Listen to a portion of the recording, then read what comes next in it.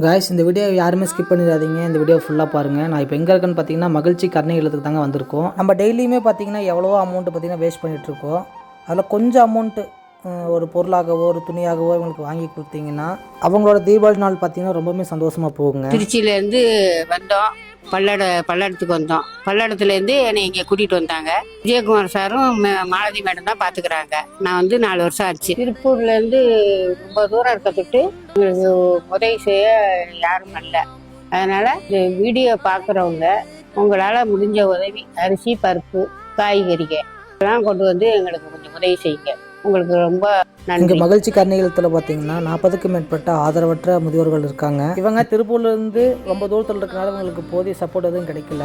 So அதனால் உங்களால் முடிஞ்ச உதவி உங்களுக்கு பண்ணணும்னு நினச்சிங்கன்னா ஸ்க்ரீனில் தெரிய நம்பருக்கு உங்களுக்கு கான்டாக்ட் பண்ணிக்கோங்க.